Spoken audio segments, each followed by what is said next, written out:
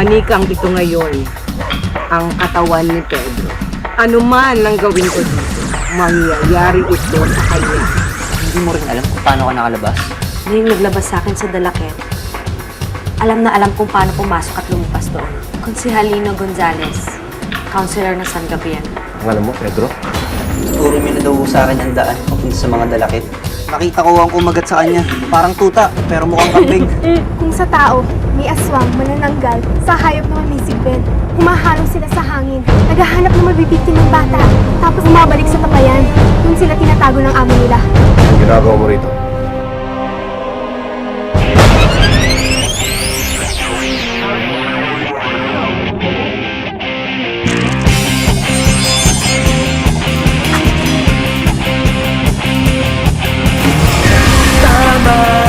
Walang landaganat, sama-samang hahanapin ang liwanag at tayo'y magpapaalon sa isang daluyong na maghahatid sa atin sa isang mahabang panaginip. Di na hihinto.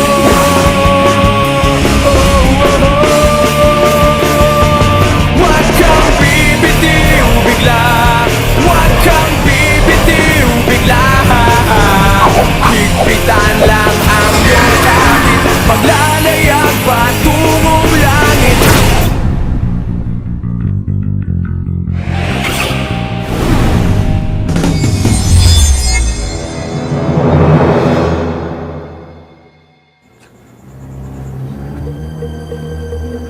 May nakita ko kasi akong sigbin sa labas na pumasok dito.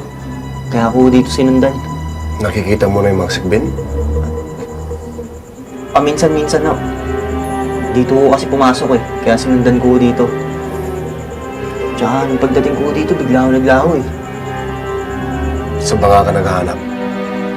Sabi ko kasi sa paniniwala ko, sa mga tapayan daw ko tinatago ang mga sigbin ng amo nila. Pedro, pinagdududahan mo ba ako nag-aalaga ng sigbin? Ho? Hindi ho. Naisip ko lang una. Alam mo, Pedro, dati akong albularyo. Tulad ng ama mo, nagpapagaling ako na may sakit. Hindi ako nagbibigay ng sakit. Sorry po talaga. At saka may anak na ako ng maliit. Sige, mauna ka na dun sa salas. Kukunin ko lang yung katong aklat ng orasyon. Salamat ho. Sorry po ulit.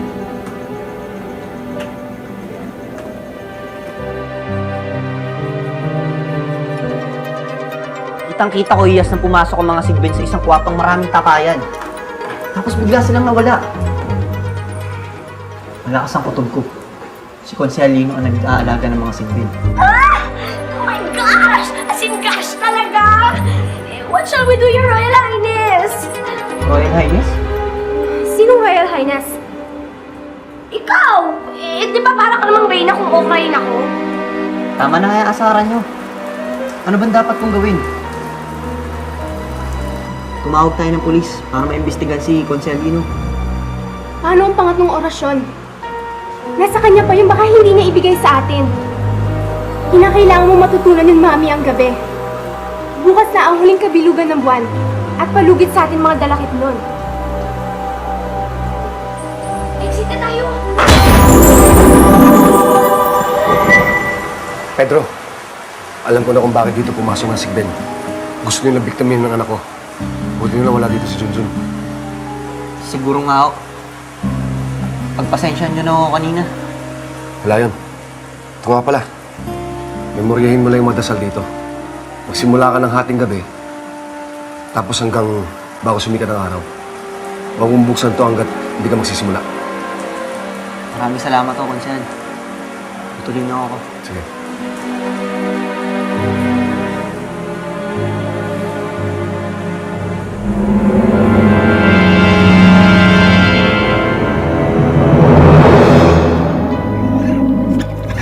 Nakita na niya kayo, mga alaga ko.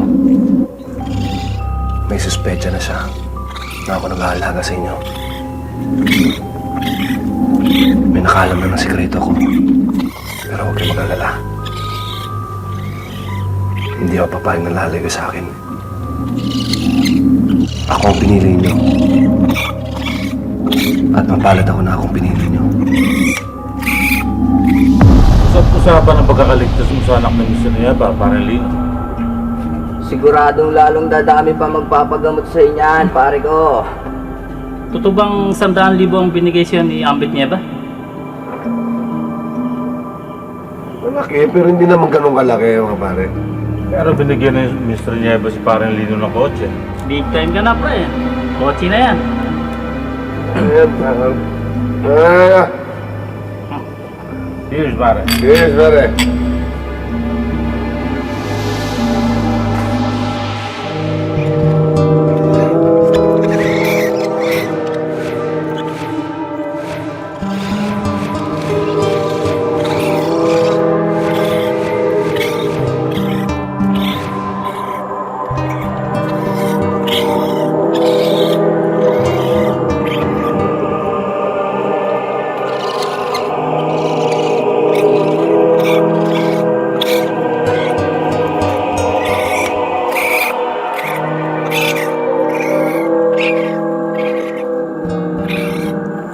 Si Ben?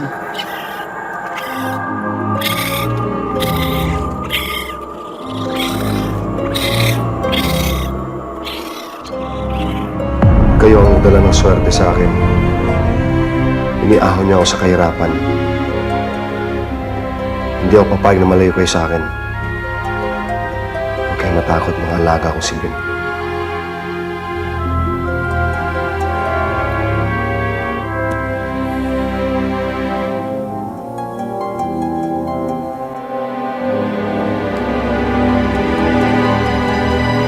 Ikaw?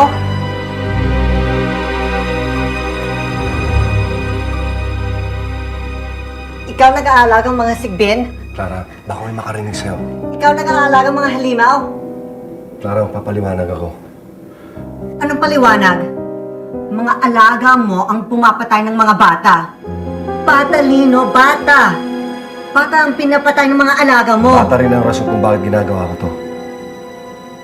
Kinabukasan ng isang bata. At yun ang anak natin. Clara, silang nagbigay ng swerte sa buhay natin. Mali yan, Lino. Mali. At anong tama? Ang bumalik sa dating buhay? Na kung walang papatao sa akin, wala ako isasaing? Sa tingin mo ba, Clara, mabibigyan ko ng magandang kinabukasan si Junjun sa pag-aalbularyo ko? Ha? Umapatay ng mga bata ang mga alaga mo. Marami rin tayong natulungan dahil sa mga alaga ko. Paano kung yung anak natin? Hindi sinasaktan ng mga sigben ang mga nag-aalaga sa kanila. Clara, maniwala ka sa akin.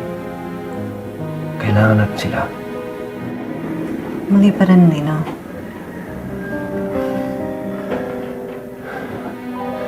Clara, kailangan natin sila. Kailangan natin ng yaman at swerte binibigay nila sa atin.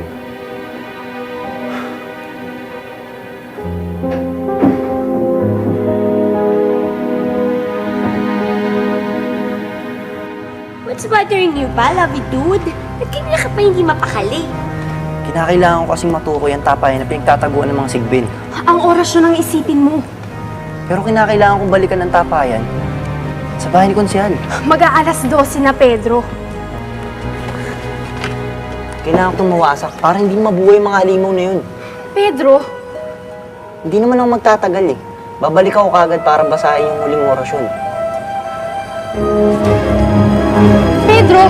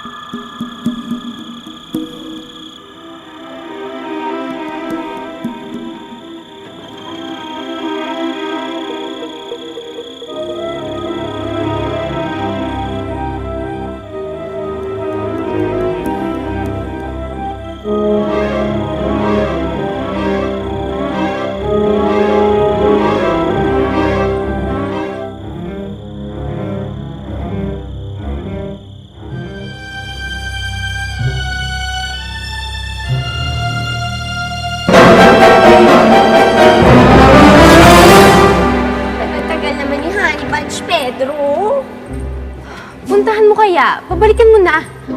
Hello! Hindi naman makikinig sa akin nun eh. Kung ako naman, aawayin lang ako nun. Eh di wait na nga lang natin. Pabalik naman agad yun eh. Yun pa.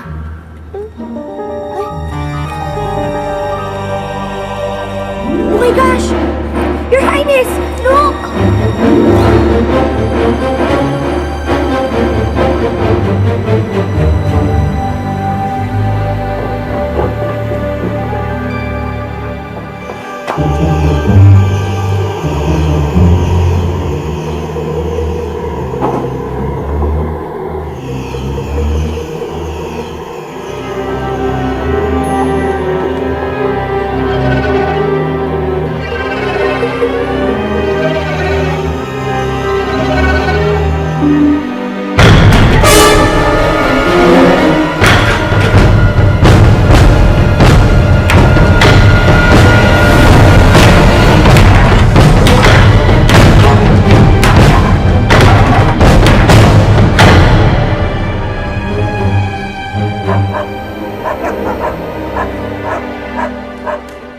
Manang! Manang! Ano tinatawalan ng mga aso? Wala po, sir. Sigurado kayo? Opo. Sige.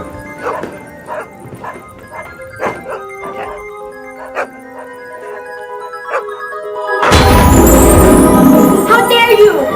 Konsel ka pa lang, mandaraya ka na? How much more pag nasa higher office ka na? Kapal mo! Ba't walang nakasulat na orasyon dito, konsehal? Yan ba? Yes, this! This one and nothing but this! Diyan nga isusulat ang huling orasyon. Sabi mo, Isusulat pa lang. Yun ang sinabi ko. Nandito pa eh. Ha? Isusulat lang kapag may memoryahin na. ba't hindi mo sinabi agad? Sige, aminin ko na sa inyong dalawa. Total, malalaman niyo rin naman to eh. Isusulat ko lang ang huling orasyon kapag sisiguraduhin niyo sa akin na hindi pakikalaman ni Pedro ang tapayan ng kayamanan ko. Oh my! You nga! Pedro is right! Ikaw ang nag-aalaga ng mga... Siyempre! Paano naman ako susortihin kung hindi dahil sa mga alaga ko, Aber? Ano ba ako dati? Dati lang akong albularyo. Wala akong pinag-aralan. Ngayon, tingnan niyo na ako. Ha? Isang mahusay na konsehal at matagumpay na negosyante.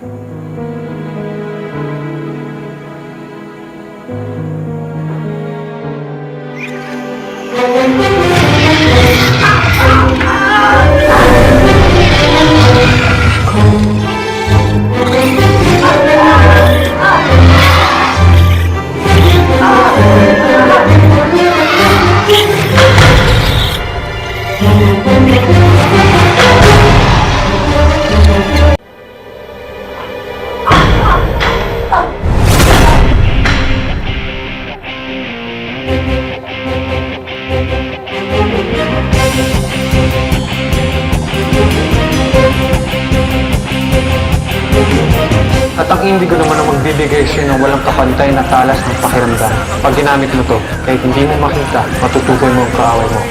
Magpapaalin sa isang daluyong na maghahatid sa atin sa isang mahabang panahon.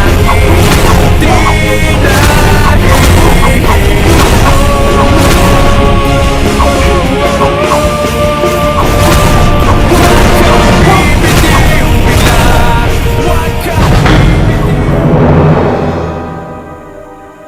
Ngayon, kung pakikialaman ni Pedro ang mga alaga ko, hindi ko ibibigay sa inyo ang huling orasyon.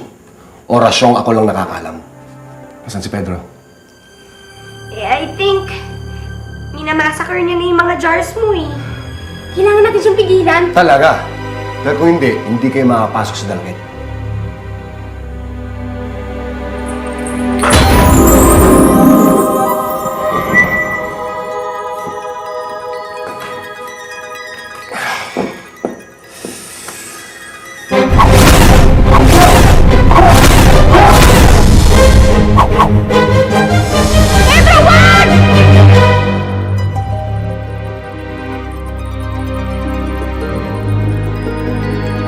Bakit pa kayo sumunod?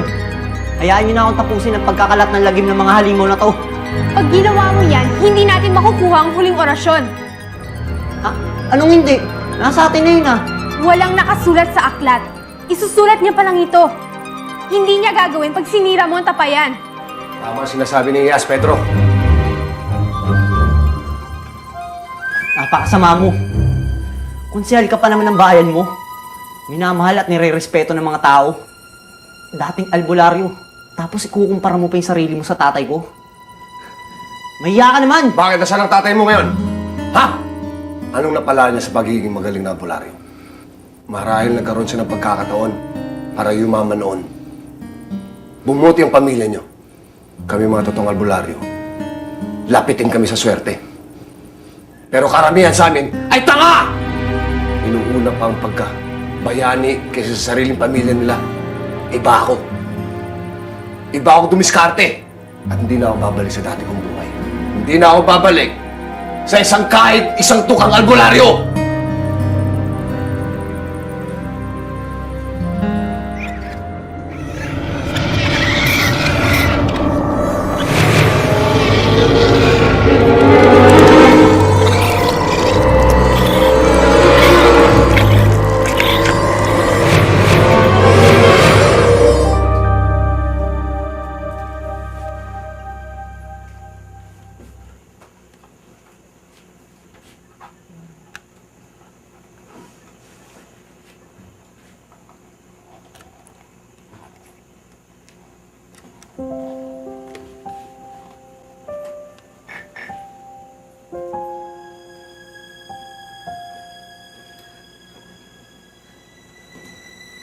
Junjun? Junjun? Junjun? Junjun! Junjun! Junjun! Junjun! Junjun! Anak! Please! Anak!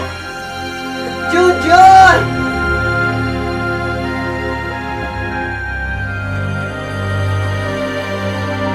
Junjun! Huwag mo sirain ang tapayan, Pedro. Naiintindihan kita. Gusto mo makatulong sa mga taga rito. Tama yun. Pero mas maraming mapipinsala pag nasira ang Floreshka. Hindi lang ang mga taga San Gabriel ang mabibiktima, Pedro. Isipin mo magiging epekto sa buong mundo pag nawala ang mga mabubuting engkanto. Nakiusap, Pedro. Nakikiusap ako. Mga alaga! Bumalik na kayo! Wala namang gugulo sa inyo! Bumalik na kayo!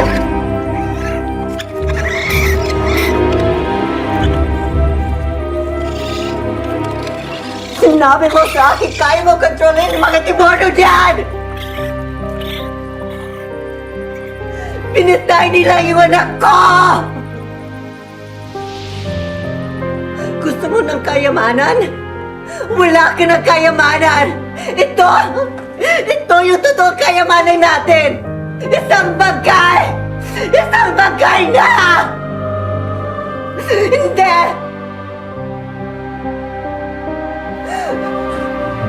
Ano nangyari? Ano nangyari? Ba't nagkaganito?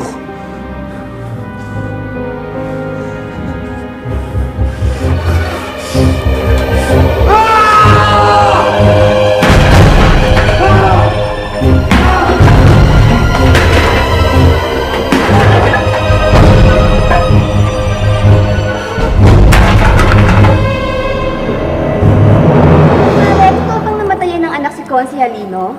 Kanina raw madaling araw, di na raw inabot ng buhay sa ospital. Ano ba bakit kinamatay? Kinagat daw ng sigben. Sigben? Eh di ba mga sanggol lang ang kinakagat ng sigben? Ay, Maray. Mga Maray. Dati din siya ba yung Serena? Oo.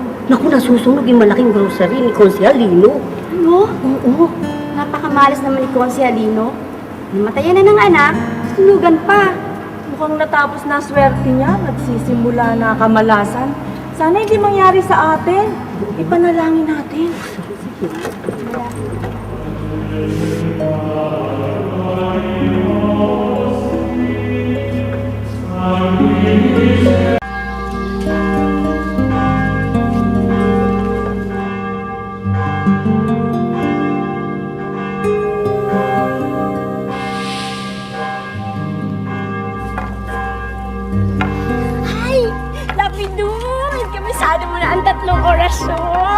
Galing-galing mo talaga. I love you.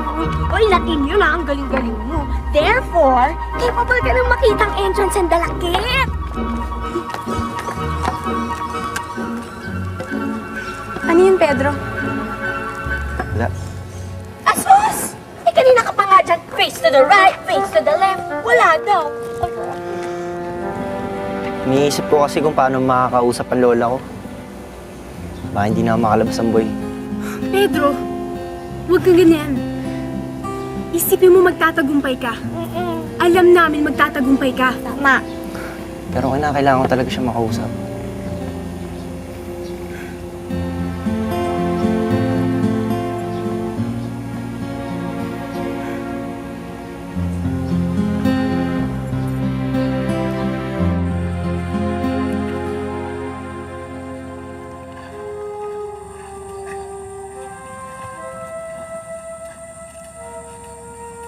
Nana Maria, masama ho bang pakiramdam ninyo? Hindi, Kadyo. Balisa lang. Ilang araw na akong walang balita kay Pedro. Pagdasal lalo ko natin na walang masamang mangyari sa kanya. Yun na nga lang ang magagawa natin. Parang pinagsisisihan ko kung bakit pinayagan ko pa siyang umalis. Lola! Si Pedro pa tumatawag! Apo! Hello, Lola? Apo! Kumusta ka na? Diyos kay bata ka! Bakit ngayon ka lang tumawag, ha? Hindi mo ba naisip na mapatay-matay kami dito ng pag-aalala sa'yo? Bata ka! Okay lang po kami dito, Lola. Ligtas po kami. Kahit na nagparamdam ka man lang sana sa amin! Sorry po.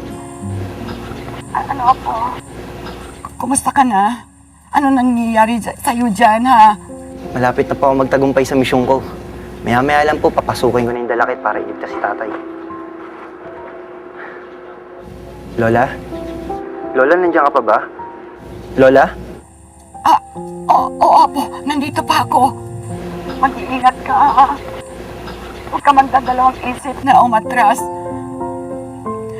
Tansyahin mong mabuti, Apo, ha, kung di mo na kaya. Mag-iingat ka. Umuwi ka ng Bigo. Huwag ka nang uuwi dito ng bangkay. Pangako po, Lola. Uuwi po ako. Uuwi po akong kasama si tatay. Oo.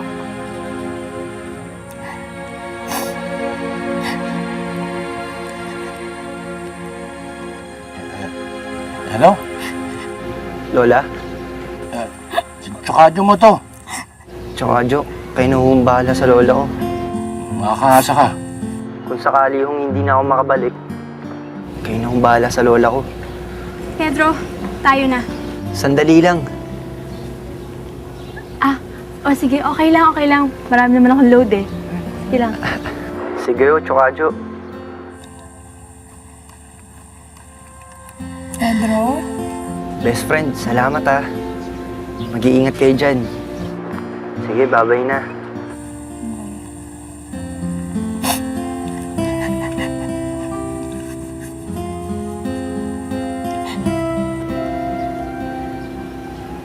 Miss, thank you ah. Walang anuman. Okay lang.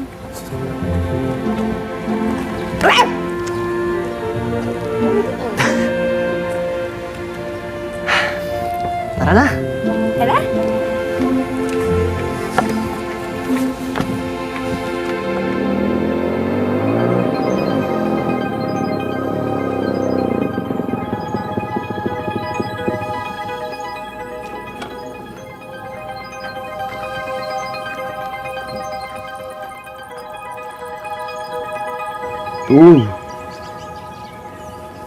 Sundan mo lang yung daan na yan. Sa gitna ng kagubatan na yan, sabi ng lola ko, nandyan ang duga ng mga dalakit nun. Salamat to. Huwag ka lang masyadong maingay dyan. Nananakit ang mga dalakit nun sa mga taong maingay sa duga nila. Pag minalas-malas ka, baka dukutin ka. Hindi ka na makakauwi ng buhay. Tatandaan ko. Sige.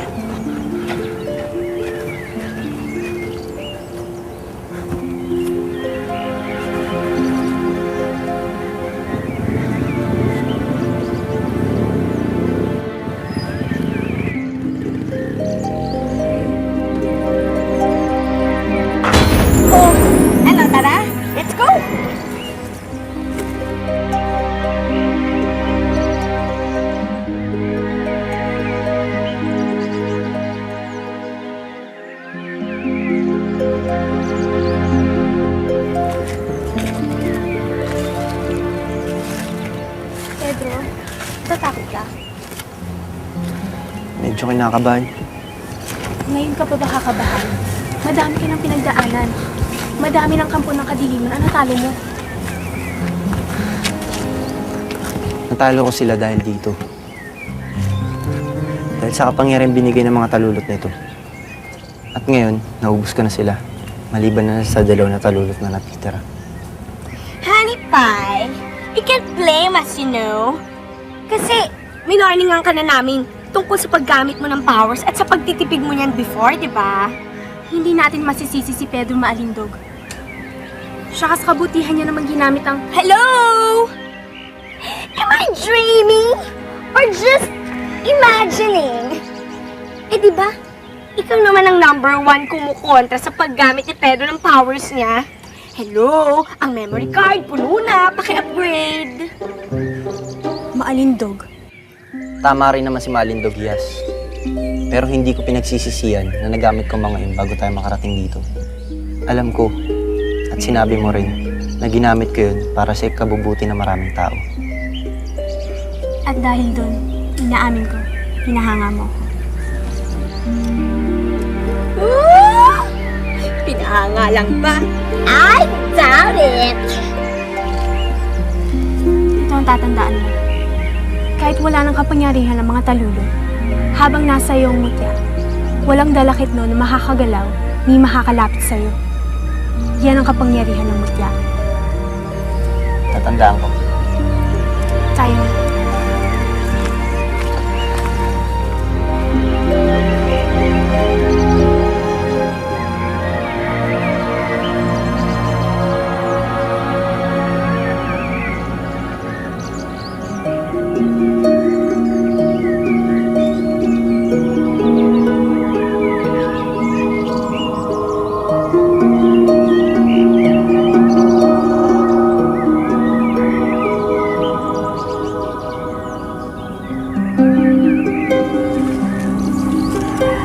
Ito na yun, Pedro. Start praying na the orasyon, darling. Para makita na natin ang entrance sa Dalakit World. Bilis! Huwag kang kabahan. Huwag kang matakot. Isipin mo ang tatay mo. Ang Floreshka. Ang mga mabubuting engkanto umaasa sa tagumpay mo, Pedro.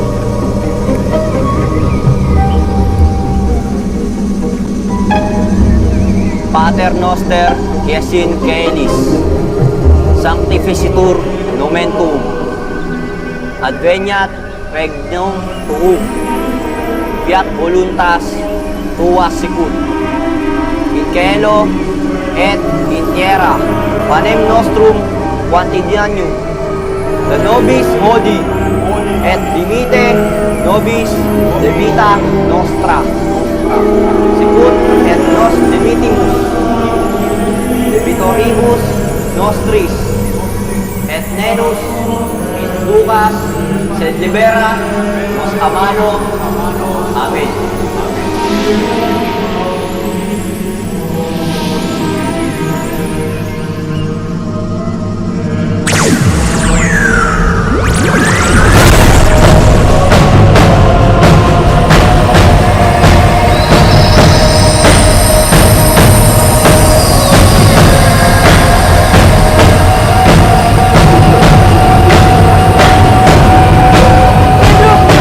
Nabuksan mo na ang dam papasok sa mga dalakit nun!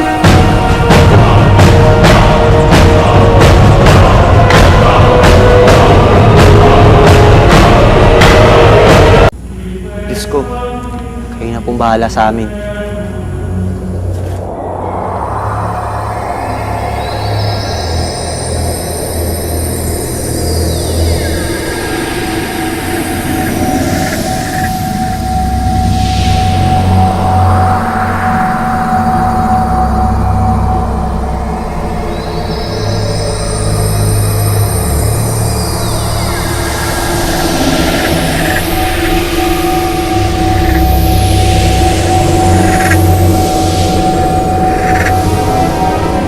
nandiyan kayo?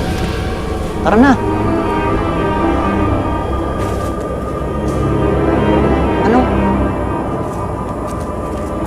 Anong? Hindi kami pwedeng pumasok dyan. Ano? Pwede nga lang kami pumasok dyan. Eh di matagal na sana namin sinalakay yung mga dalakit noon to save your father, Juan. Pag sumama kami, mahuhuli lang kami kagad. Mas lalala ang sitwasyon. Pati ikaw mapapahamak. Kaya mo yan, Pedro. Kaya mo yan.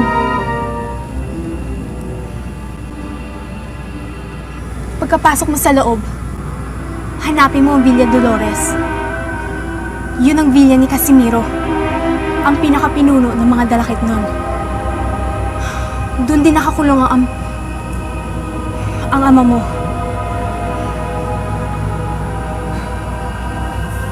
Paano ko makikilala ang Villa Dolores? Yun ang pinakamalaking mansyon sa loob ng dalakit. Tandaan mo ang bilin ni Konsehalino. Natatandaan mo mabuti ang mga dinadaanan mo papasok. Dahil yun dinandaan mo palabas. Mag-iingat ka. Iwasan mo makita kanila hanggang maaari. Pedro, I'll pray for you, Salamat.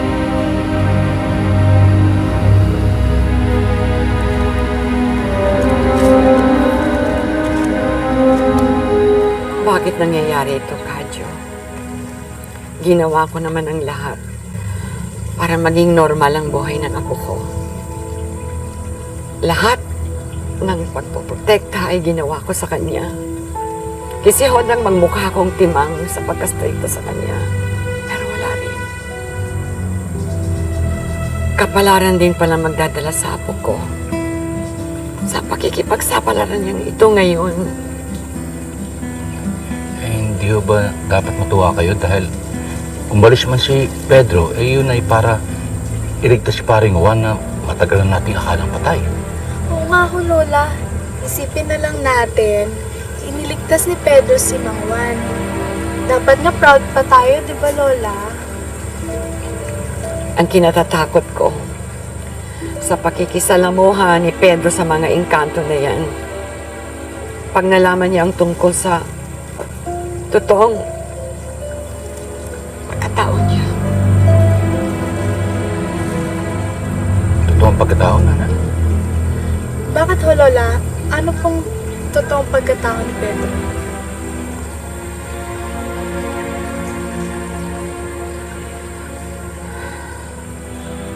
Ang tinutukoy ko, yung pagiging lapitin ng pamilya namin sa mga engkanto na yan. Ay, pambihira, yun lang naman pala eh. Ito kasi si paring Juan, nung maliit pa talagang nakakakita na yun ng mga engkanto. Ito naman si Nana Maria, na balitaan na dirigawan daw ng nuno si Punso. Natigil lang yan ng nuno nung itakas ng mga magulang si Nana Maria sa Leyte. Bakit, Pedro? Hindi ko alam kung makakalabas pa ako ng buhay. Ilang beses mo lang sinasabi yan. Makakalabas ka ng buhay, Pedro. Magtatagumpay ka. Makinig ka muna. Meron sana akong gusto ipagtapat sa'yo. A secret, Pedro? What kind of secret? Gusto ko sana malaman mo ang nararamdaman ko ngayon. Alam kong kinakabahan ka. Mahal kita, Iyas.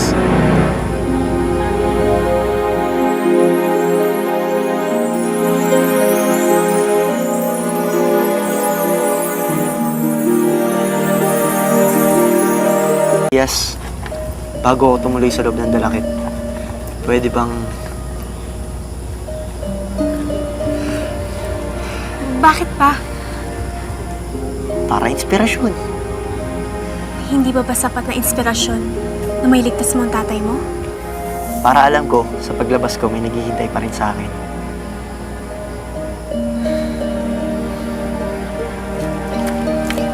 Sige na kasi. Okay lang kung ayaw mo.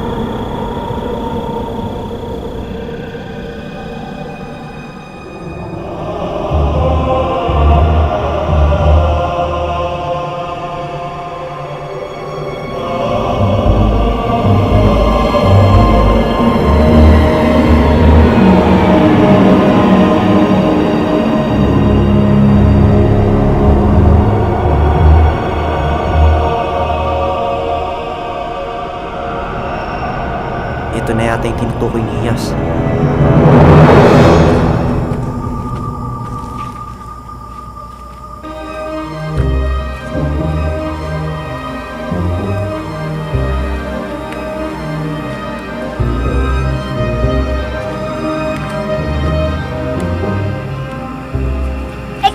Excuse me, Your Highness. Hindi makakatulong sa success ni Pedro ang pagmamarcha.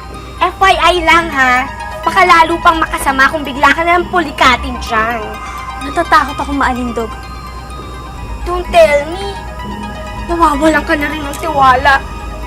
Kay Pedro, my loves, who loves you and not me. Hindi ako nawawalan ng tiwala. Okay. Gets ko na. Ito. Nag-worry ka na masaktan siya. Kasi love mo na rin siya, di ba? Natatakot ako sa magiging reaksyon niya. Pag nalaman niya ang totoo sa misyon niya, magagalit yun sa atin. Lalo na sa akin. Baka hindi lang galit ang maramdaman niya, hindi pagkamuhi. Hindi naman sana. Panulokong ginagawa natin, maalindog. Feeling ko, maiintindihan naman niya eh. Mabait naman yun, di ba? Oo nga. Napakabait. Tama. Maintindihan niya tayo.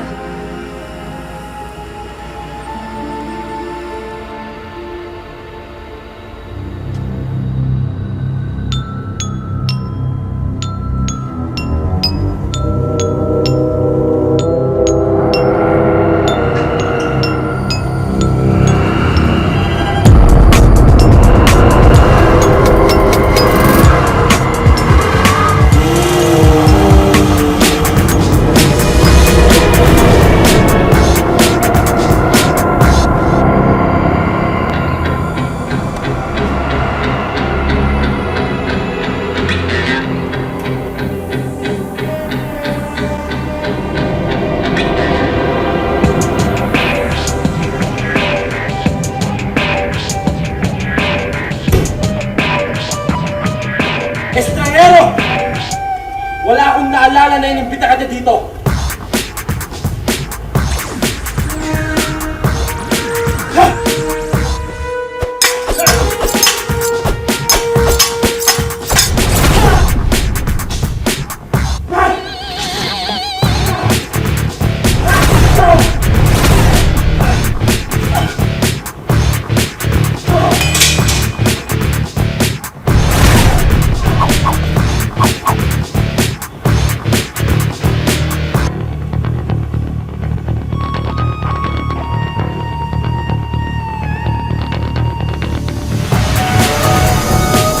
Siya malalapitan.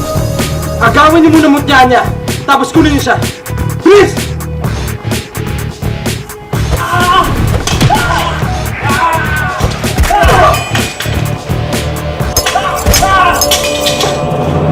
Mano, may taong nakapasok ng dalakit na hindi imbitado.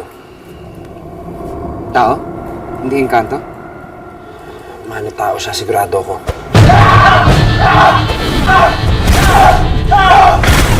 Siguradong isa naman pangas ng albularyo.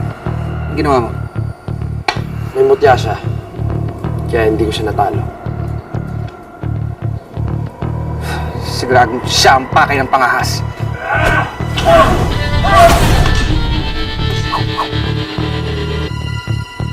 Bantayan mong bihag, Napoleon. Siguraduhin mong hindi makakalapit ang tinutukoy mong tao sa kwarto niya. Si, Mano.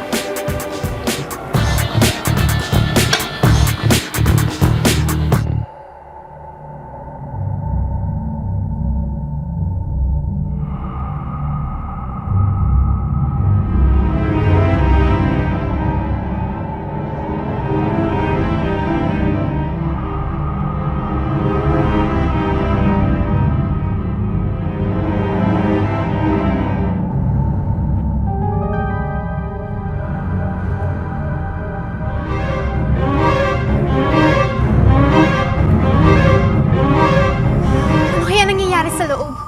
Nakita na kaya siya ni Pedro? Feeling ko. Ang worry ko lang naman, Your Highness. Paano kung... Ay! Ayoko na mag-worry. Nakakatanda yun, no? Hindi ko yata pinangarap ang mukhang lola. Ang wrinkles. Basta, I believe, as in I believe, maililigtas siya ni Pedro. My love, my darling, I hunger for your touch.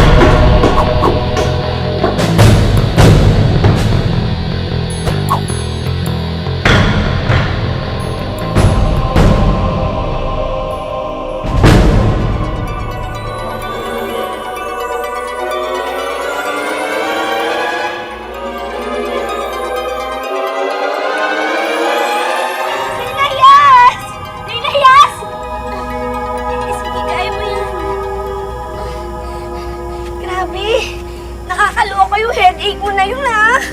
Pag Guinness Book of World Records, kinabahan ako. Isang ang ibig sabihin nito, Maalindog. Isang kulay na natitira sa Floreshka. You mean? Oo. Iisang kulay na lang. Pagpati yun ang nawala, tuluyang na masisira ang Floreshka. Katapusan na natin, Maalindog. Ito na ang wakas ng mga mabubuting engkanto.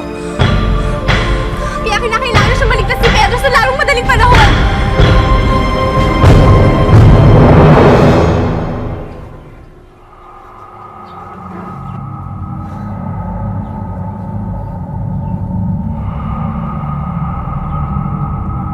Tay?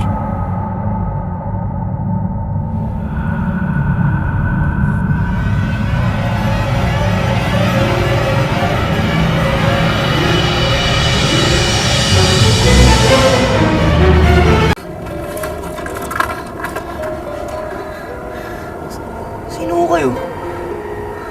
Alam mo ba kung saan nakakulong ang tatay ko? Ako si Haring Hadi. Ako ang pinuno ng Floresca. Engkanto ko kayo? Mabuting engkanto ko. Dinukot ako ng madalakit mo. Papatayin nila ako. Tulungan mo ako makatakas dito.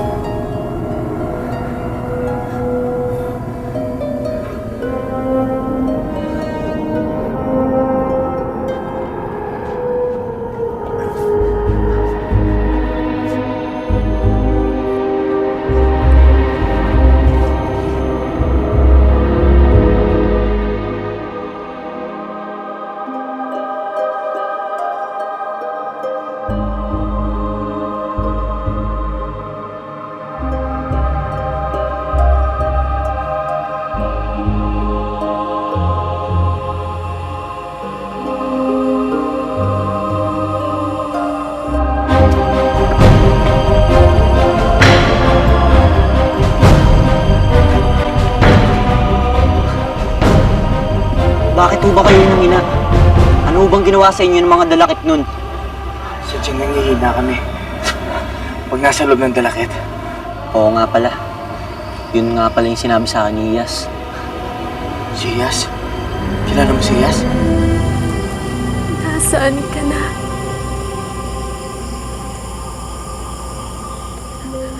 Nasaan ka na, Amang Hadi?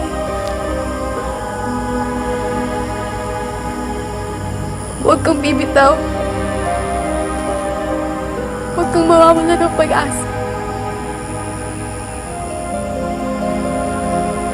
Nandiyan na si Pedro Penduko para iligtas ka.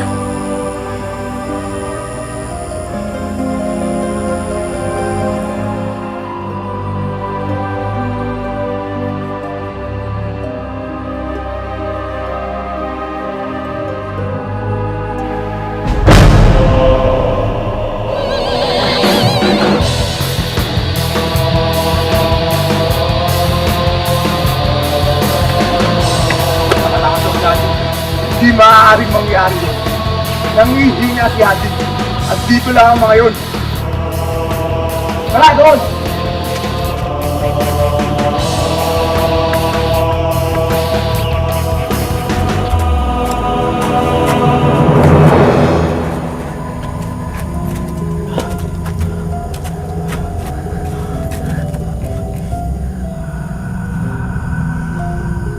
Meron ako naisip na paraan para makatakas ho kayo dito. Nakikita niyo ba ho yun? Doon ho ako pumasok.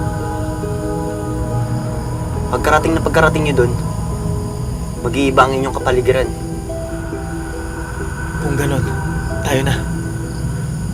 Kayo lang ho ang tatakbo papunta doon. Kokoberan ko na lang ho kayo. Ang ibig kong sabihin, ako na ho ang haharap sa mga dalakit nun. Hindi pwede. Sabay tayong tatakas. Di ako alis dito hanggat di ko nakikita ang tatay ko. Biyag siya ng mga dalakit nun. Papatayin siya ng mga yun. Walang ibang biyag ang mga dalakit nun. Maliban sa akin. Oh? Nagbibiro ba kayo? Nandito siya. Biyag siya ng mga yun. Niwala ka. Dati dalawa kami bihag ni Juan. Pero... Juan? Juan Penduko? Oo, si Juan. At siyang... Siya ho ang tatay ko. Nasaan ho ang tatay ko? Patay na si Juan Pedro. Patay na si Juan Penduko.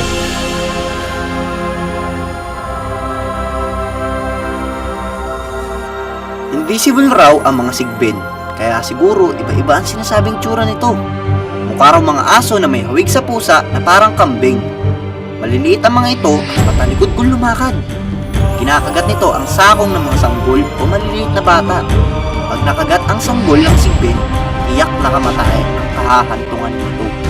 Huwag kang bibitiw bigla.